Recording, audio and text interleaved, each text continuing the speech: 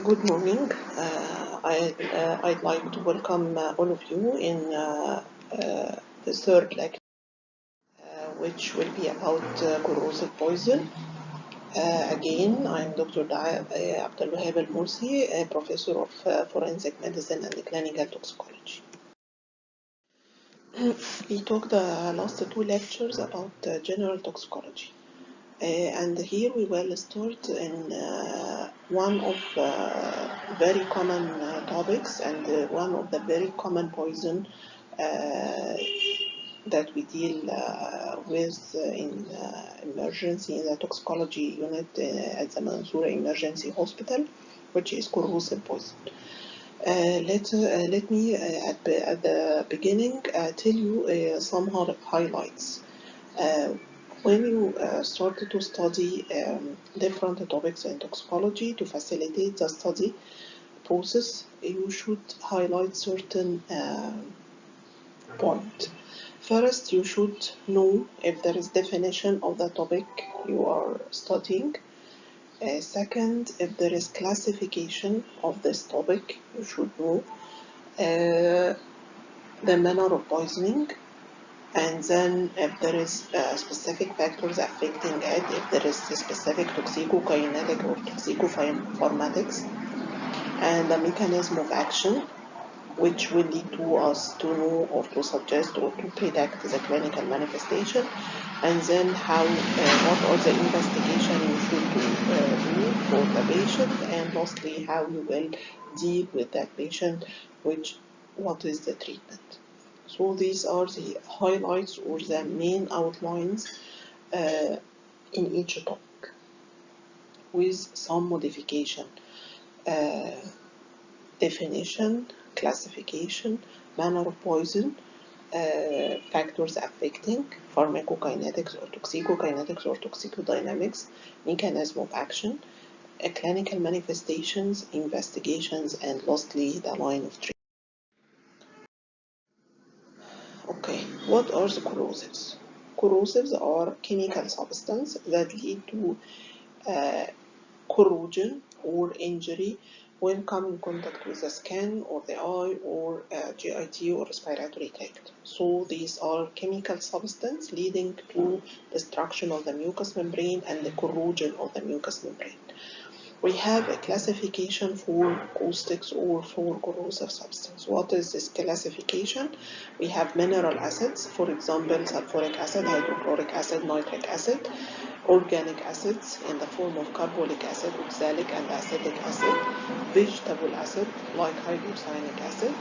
We have alkalis like caustic soda and caustic potash, and lastly corrosive salt in the form of mercury chloride, and this is a component of this button desk batteries which are present in calculators and watches and so on. These are the classification of caustics. And if you remember in the previous lecture when we talk about gastric lavage, and there are absolute contraindication of gastric lavage, this is in the form of caustics. We mean by caustics mineral acids and alkalis. So these are the mineral acid and alkalis. These are the poison or caustic substance. You should never ever do gastric lavage. This is absolute contraindication for doing gastric lavage in these cases.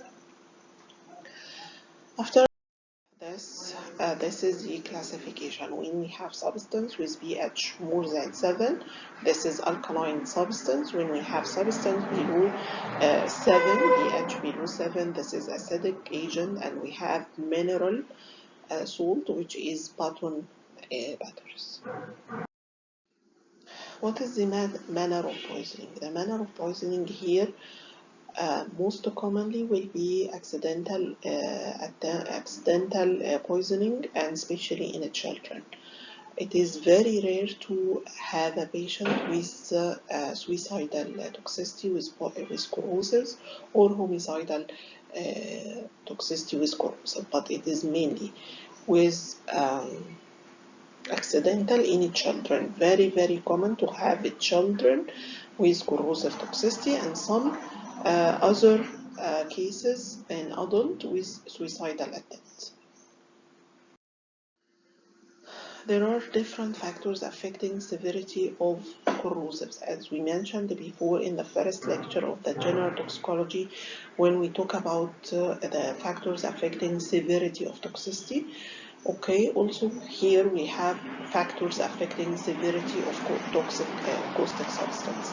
These are type and concentration of the substance, the volume and the pH if it is acidic or alkaline in nature, the formulation if it is solid or liquid or gas, and we said before liquid is more and rapidly causing poisoning more than solid. Duration of contact. When the duration of contact and presence or absence of food in the stomach will affect the severity of toxicity. These are the factors affecting severity of toxicity of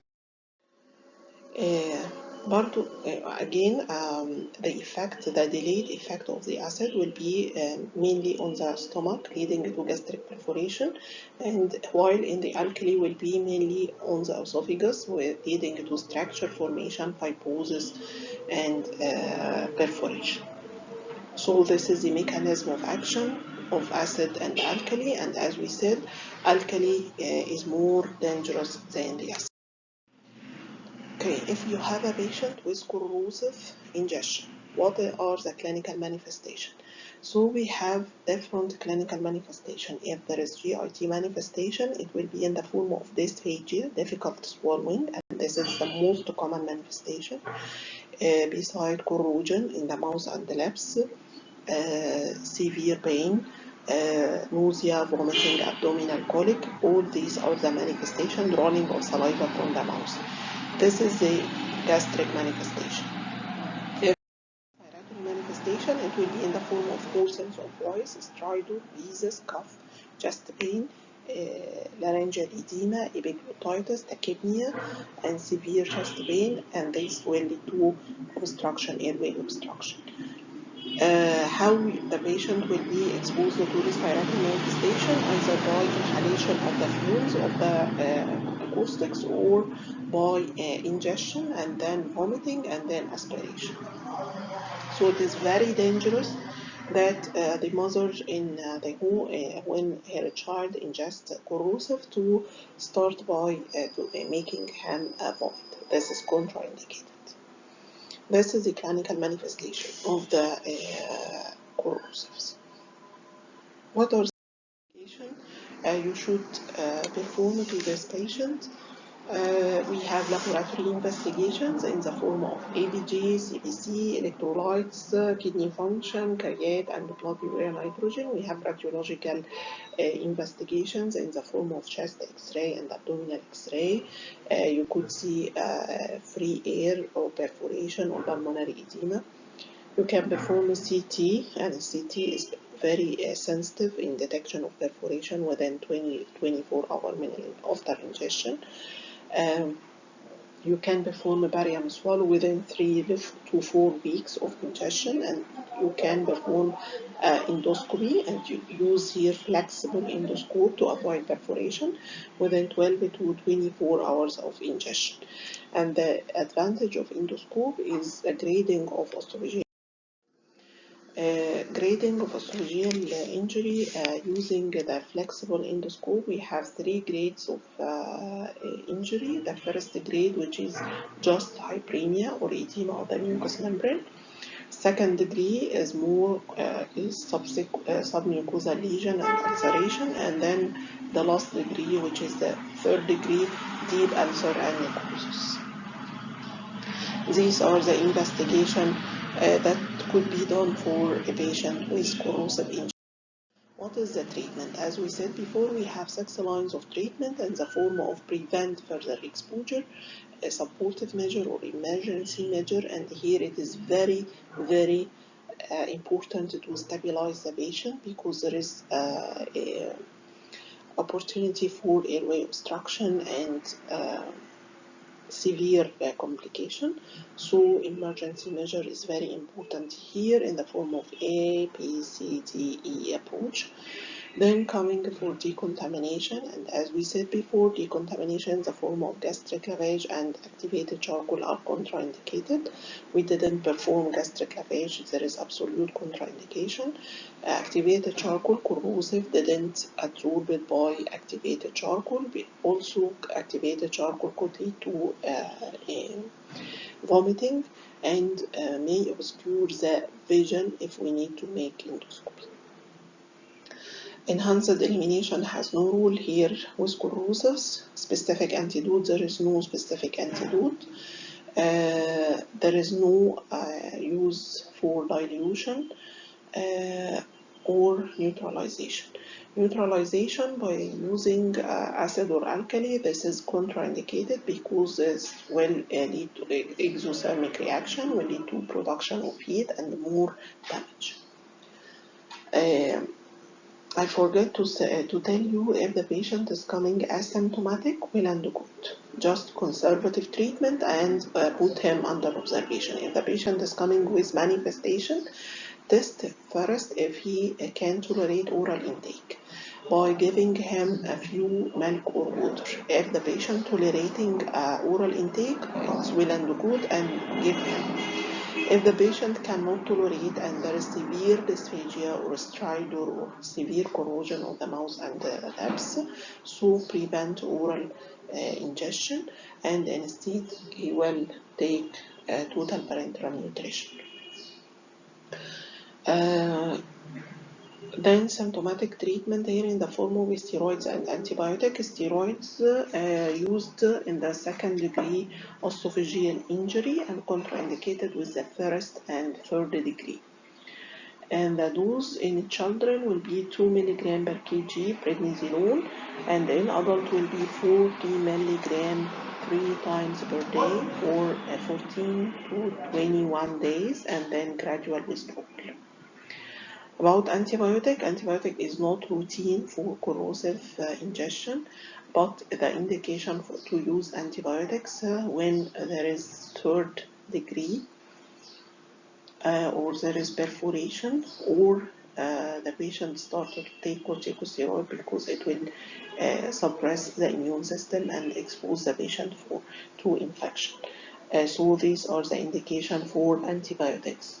Third degree, when we start corticosteroid, or if there is a perforation. These are the line of treatment and surgical treatment of the corrosive. We can perform laparotomy, exploration of the abdomen if we have free air in the abdomen, or if we have peritonitis. We can do balloon dilatation if we have gastric obstruction. We can do dilatation of the esophagus if we have esophageal restriction. So these are the line of treatment, and this is about corrosives in general. We talk about classification of corrosives, we talk about mechanism of action and the difference between acid and alkali, and then the clinical manifestation, respiratory and GIT, and the investigations, and then the lines of treatment. What are the admission criteria of the patient to intensive care unit if we have evidence of perforation, if there is airway involvement, if there is toxic co-ingestion, if there is intentional ingestion, or if the patient needs total parenteral feeding. Organic acid زي ما خدنا فيه classification قبل كده للكروسيف، برضو في عندنا هنتكلم على الاورجانيك اسيد. الكلاسيفيكيشن بتاعها في عندنا منها كربوليك اسيد اللي هو الفينول، في عندنا منها الاورجازاليك اسيد، وفي منها طيب الكاركترستكس بتاعت الفينول. characteristics of phenol, it is colorless but has a characteristic odor and soluble in alcohol and glycerin. These are the characteristics of uses of phenol. Phenol used as a disinfectant agent. It is present in Dettol, Lysol, Cresol. What are the manner of poisoning? Phenol, the toxicity with phenol could be suicidal attempt, and it is very common. and maybe accidental, and this is very common, but not homicidal. The mechanism of action. We said before that corrosives in the form of mineral, acid, and alkali acting by local action only on the GIT or the respiratory tract according to the route of exposure. But here in organic acids and phenol specific, the mechanism of action is dual effect. So it is acting by local and remote action. Local on the skin or the eye or GIT or respiratory tract. And this is the local effect. So it leads to coagulative necrosis of the mucous membrane and thickening of the mucous membrane, and this will prevent further penetration. If it comes on the skin, will lead to skin irritation. If it comes with the eye, will lead to eye irritation. If it comes with the respiratory tract, lead to respiratory tract irritation. And remote effect after absorption, and the remote action will be acting on the CNS, leading to stimulation followed by depression, and on the kidney will lead to acute glomerulonephritis. This is a mechanism of action, how the phenol performs its manifestation. So, what is the clinical picture of phenol toxicity? If you have a patient coming to you at the hospital with phenol ingestion, the clinical manifestation will depend on the route of exposure. So we have local manifestation. If it comes in contact with the skin, will lead to skin patches, and with long period of contact will lead to local anesthetic effect. If it comes with the eye, will lead to eye irritation and redness of the eye or pain. If it comes with GIT manifestation, lead to GIT irritation, nausea, vomiting, abdominal pain. If it comes with respiratory, will lead to cough, dyspnea, chest pain, and so on. So these are the local manifestation of fever. We have also systemic manifestation on the cardiovascular system. It could come with manifest with hypotension with tachy or bradycardia. On the CNS will lead to first stimulation, headache, irritation, and then followed by depression in the form of weakness and coma. On the kidney will lead to, as we said, acute glomerulonephritis and oliguria, which means scanty amount of the urine. And if we take a urine sample and leave it in the fresh air, will turn to green color. And this is specific for phenol toxicity. What are the investigations you have to do for this patient? You can perform a laboratory investigation in the form of ABG, kidney function test, ECG, CBC. Okay. And in some condition of phenol toxicity, when there is dinitrophenol compound, the patient may suffer from methemoglobinemia, and the investigation to measure the level of methemoglobin in the blood. What is the treatment of this patient? You have a patient coming to you with an overdose of phenol. We will follow the 6 lines of treatment, prevent further exposure, supportive measures in the form of ABCDE approach. Coming to antidotes, there is no specific antidote for phenol except with nitrophenol, which lead to formation of methemoglobinemia. We can give methylene blue 1 to 2 milligram per kg, 1% solution, and this is the antidote for methemoglobinemia.